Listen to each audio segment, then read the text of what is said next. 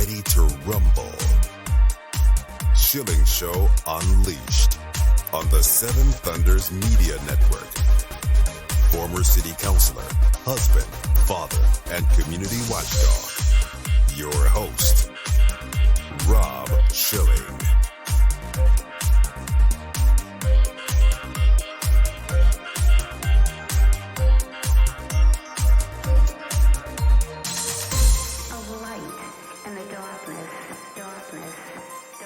Welcome to the Schilling Show Unleashed Podcast. Remember, your direct support makes our show possible, and you can directly support this podcast by visiting shillingshow.com and then clicking on the Patreon banner at the top of the page to make a monthly contribution. We appreciate your support. The Schilling Show Unleashed podcast welcomes Chad Wolf, the former acting secretary of the Department of Homeland Security, and really a hero and a warrior for border security and national security. Chad Wolf, welcome. Yeah, thanks for having me on, Rob. Talk to us a little bit about the purpose of the Department of Homeland Security, because I think these days it's very hard to determine what's going on there. Yeah, it's tough. Look, it's a big organization. It's about 250,000 employees at DHS. You have about 7 or 8 operating components, so it's anything from the Coast Guard to the aviation or airport security screeners that you see. You have FEMA, you have Immigration and Customs Enforcement. You certainly have Customs and Border Protection. You have the Secret Service. So there's a lot of different entities within the department. Obviously, the one that probably gets in cybersecurity, of course. Yes. Probably the one that gets the most attention is probably those operating entities that deal with the border these days. And those are primarily 3. That's Customs and Border Protection. These are the folks that are guarding the border, right? So that's made up of Border Patrol officers as well as Customs officers, folks that are screening people as they come into the country. You've got ICE, Immigration and Customs Enforcement. These are law enforcement agents that remove individuals from the country, perhaps folks that cross the border illegally. And then you have USCIS, which is our Citizenship and Immigration Services, which handle a lot of the visas, parole, things of that nature from an immigration perspective. So those are certainly not the only 3 entities at the department, but as far as news coverage these days, those 3 entities probably get the lion of the share of it. So I've got to ask you, I mean, that's a monstrous amount of people, 250,000 people. I had no idea. But I'm concerned about the morale of the people that work for that, particularly in the high-profile areas, because I would imagine people go to work there with a mission in their heart that they want to protect the country, and yet it seems to me under the current direction that it's going in the opposite way of that. So yeah, I think that's right. You know, you got to think about DHS is the largest law enforcement agency, not only in the country, but the world. There's about 70 to 75,000 sworn law enforcement agents and officers that work at the department in a variety of different missions. So these are individuals, they're patriots. They love their country. They've sworn an oath of office to enforce the law. And I think this administration, what we've seen, they have told them time and time again to not enforce the law in various circumstances. And so from a morale standpoint, that starts to wear on you. And so we certainly see it with Border Patrol, but we see it in other facets as well. And I think a lot of people don't understand the mission. A lot of people that work there don't understand where they're going, what they're doing, why they're not enforcing the law, why they're not doing what they were trained to do at the end of the day. So how long do people tolerate that? I mean, that's my grave concern, and you having been in a position to oversee all of that at some point people just become disenchanted or just unwilling to continue, and then what do we do? You mentioned the word patriot also. That's a dirty word now. I mean, I've heard that term used pejoratively by people in the highest positions of power in this country. Well, I think that's right. I think they certainly think that anyone that says that you're a patriot or I'm patriotic, they kind of look, certainly those on the left will look at you in a different light. I'm proud to say it, and I'll keep saying it. But look, I think we do see that, right? If you just look at the Border Patrol, more and more of those individuals are retiring when they don't need to. They're retiring because they don't see that they have a mission any longer. Right. These folks are not driven by money. I mean, they're not making a lot of money. They're living in down on the southwest border in small local communities trying to protect the border. And when their leadership is saying the border is secure and the border is closed, and then you see 900,000, almost 1 million people cross that border, what we call gotaways, that never see a law enforcement agent, they're just they've thrown their hands up and say, our political leadership is out to lunch. And after time, it wears on you, and then you start to look for other opportunities. From a management perspective, Chad, if things were to turn around, let's say we had new leadership in the country, how difficult is it to ramp the machine back up again and to find those people that retired early and get them back, or to get new people who feel the same way? It sounds like a very difficult job. Yeah, it's not easy. It's not going to happen overnight, but it does start, you're exactly right, it starts with leadership, and it starts with making sure that particularly law enforcement officers inside DHS, but other employees as well, is they know that you're there to enforce the law as Congress has passed it, right? What this administration is an expert at is saying, okay, Congress told me to do these 4 things, I'm going to do 2 of them because I really don't like to do the other 2. So we just get back to sort of blocking and tackling. You're just going to do what Congress passes the laws, they debate them, and then DHS, within our authority, we enforce the laws, and we're going to do that to our best ability. And you allow the law enforcement officers loose to do their job. You hold them accountable when they step over that line or they do something inappropriate. You hold them accountable, but you let them do their job. You don't continue to handcuff them like we see today. I'd like to talk about your own tenure because I think it's instructive to people to hear what a productive and right-thinking Department of Homeland Security would be doing. So let's talk about some of the primary initiatives under your time there. And I want to start with the border itself. It seems like right now it's a stretch to even call it a border. I think it is. It's tough. Look, we had a crisis in 2018 and 2019 during the Trump administration. It pales in comparison to what we're seeing today. So we thought it was a very big crisis at the time. And we tried a lot of different initiatives that perhaps Border Patrol had tried previously, 10 years ago.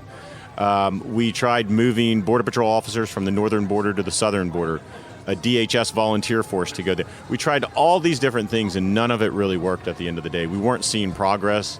We saw the smugglers and the traffickers sort of getting around it. And so we had to do some really innovative things like the Remain in Mexico program, like the asylum cooperative agreements, like building 457 miles of border wall system. Some really innovative things that hadn't been done before. And that's where this administration finds itself. They are so in the hole on a lawless border that they are going to have to take some really innovative initiatives. They're going to have to undertake those. The issue I see is, A, they don't have the leadership, they don't have the foresight, they don't have the creativity to do any of that. And so what they're doing is status quo, right? So for 18 or 19 months now, we've seen nothing change along that border. And if you're a cartel member and you run a cartel and you run this multinational business, which is a cartel, like any business, you want predictability. And the Biden administration is giving them predictability along that border every single day because there's nothing new being done. And so that's where we find ourselves. And so it's dramatically different than what we saw during the 4 years of the Trump administration. And I would say even previously to the Obama administration. So that's the border. It's I've got a lot of different problems with what's going on. I fault this administration for lying to the American people, whether it's the president, the vice president, or their spokesperson out of the White House, talking about how the border's secure, talking about how people do not walk over the border. Yet there are photos and images every single day where hundreds of thousands are walking across that border. They're streaming across. Of course they are. Of course they are. And so what this administration would want you to believe is it's almost like don't believe your eyes. Yes. The American people are not dumb. They understand what's going on down there, and yet you have a couple of political leaderships here saying, no, that's not really what's happening. Let me tell you really what's happening. And so I think people are starting to give up. And whether that's DHS law enforcement officers or that's the American people. And that's a sad case. We're not even 2 years into this administration, and they have completely broken the border. They have no strategy to fix it. And I think I think the people, hopefully a lot of people will decide to vote in November on this issue. I travel around the country, and a lot of people are really upset about this. I'm glad to hear that. I'm heartened to hear it. You mentioned the border wall, and I've heard a bunch of stories about the border wall, and I want to just get some clarification. Number one, I heard that there was a lot of material that was purchased that's just sitting out and deteriorating. I've also heard recently that the Biden administration was resuming construction. So maybe you can help us clarify those two stories and what the status is of the contractors and all of that we hear about. So when we left the administration in January of 21, we had about 457 miles of border wall system built. So when I say wall system, it's not only that physical infrastructure, but it's the cameras, it's the road, it's the lighting, it's the fiber optic cables, it's everything that goes with that system. 457 miles of it. Out of what was intended? We were looking at a total of about 750. So a good chunk of it. Good chunk of it. But we had also pre-ordered. We had pre-ordered the materials for another 150 miles, roughly 150 miles, and we're having that delivered along that border. So because at the end of that, at the end of the administration, we were probably putting up about a mile a day, which is a significant achievement. And so what you see today is you have materials for about 150 miles of wall sitting in the desert on its side, not being constructed, and the contractors are still getting paid for that. To do nothing, to let the stuff sit there. It would have been cheaper for this administration to build that 150 miles than to continue to pay the contractors to do nothing, to watch over it, and just sit there. You know, this is beyond outrageous. So when we hear the stories, and I saw them within the last week, that the Biden administration was resuming construction of the border wall, would you tell us what the truth is? I'm assuming you heard that. Yeah, now, you know, there's all different types of border wall systems. There's some that are in the desert, so that's probably what you think of when you see border wall. What the Biden administration is doing are levees within city limits, like within the city of Laredo and other populated centers, levees for farmers so that their crops are not washed away by the river. So there's a variety of different ways to construct the border wall system. I think they are under pressure, they being the administration, the political leadership, from the Border Patrol. Border Patrol line agents, law enforcement agents say they want this border wall. And I think in some circumstances, right, you have Congressman Cuellar from South Texas, who doesn't like the wall, but acknowledges maybe in certain areas it's okay. A switch is flipped there. Yeah, a switch is flipped. And so that's what they're dealing with. But I think most of it is levee systems. Maybe they're building if you've got a 12-foot levee wall, maybe they're building a little bollard fencing on top. But it's not that fencing, that 30-foot high fencing that you see in the desert where we really need it as well. From the border, I'd like to go to some of your initiatives, if we could, Chad, on the electoral process itself. People I talk to are so concerned that we can't have fair elections here anymore, and I know that was kind of under your purview. Well, yeah. So at CISA, which is our Cybersecurity and Infrastructure Security Agency, we made sure, at least during my tenure, that any election, and so whether that was a midterm congressional election or a presidential election, was free from any foreign interference, right? So we didn't want Russia, China, Iran, or anyone else interfering with our election system, particularly from a cybersecurity perspective or an influence perspective. And so we did our work, and I think we did a great job. I think at the end of the administration during the presidential election of 2020, there was a lot of confusion of what DHS's authorities actually are. DHS doesn't do election fraud. That's a Department of Justice jurisdiction, and they investigate that and then prosecute election fraud. So I think a lot of concerns that we saw in 2020, whether it was Zuckerbucks, whether it was drop boxes being used in a manner that they've never been used before, on and on and on, not really in the jurisdiction of DHS. If there are systems that were being manipulated, election systems such as voting machines and the like, then of course we would get involved.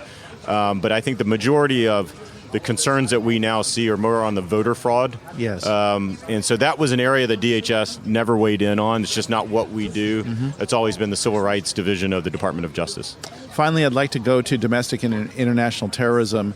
I think people have forgotten about that because we've been lucky or blessed, depending how you want to look at it, to have been relatively safe, but it's not like there aren't threats there.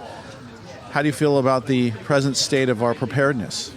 Well, I'm a little concerned, right? So again, it requires leadership from this administration, and I think if the American people, who I appreciate don't follow this day to day, right, don't follow the politics and what's going on, they would hear the president talk about two things as a threat to the homeland: white supremacists and, I guess, MAGA Republicans, based off of a recent speech the president delivered.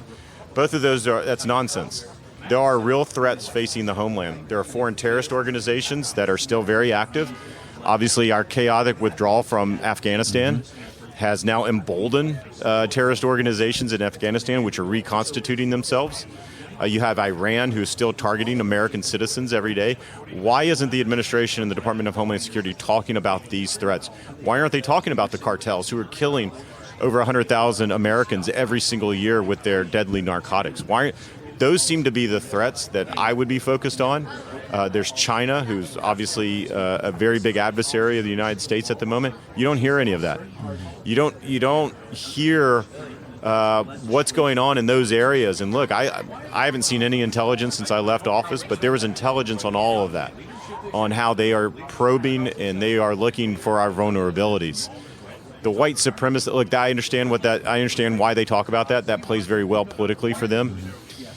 But you don't want to play politics with the security of the country and the homeland, and that, unfortunately, that's what I see today. They're not being honest with the American people. You have the White House spokesperson just basically lying about the border. She has no idea what she's talking about, saying that people don't walk over. Of course they walk over. It's secure. Of course it's not secure. She has no idea, because I don't think folks working in this administration really understand the security of the homeland. It's a terrible state of things, but I'm so glad, Chad Wolf, former Acting Secretary, Department of Homeland Security, that you're speaking out and telling the truth. Thank you for joining us today on the Schilling Show Unleashed podcast. Thanks. Appreciate it. That concludes another edition of the Schilling Show Unleashed podcast. Visit us online at schillingshow.com, where you can directly support this podcast by clicking on the Patreon banner at the top of the page and making a monthly donation. Your support is essential for the continuation of the Schilling Show Unleashed podcast. Until next time.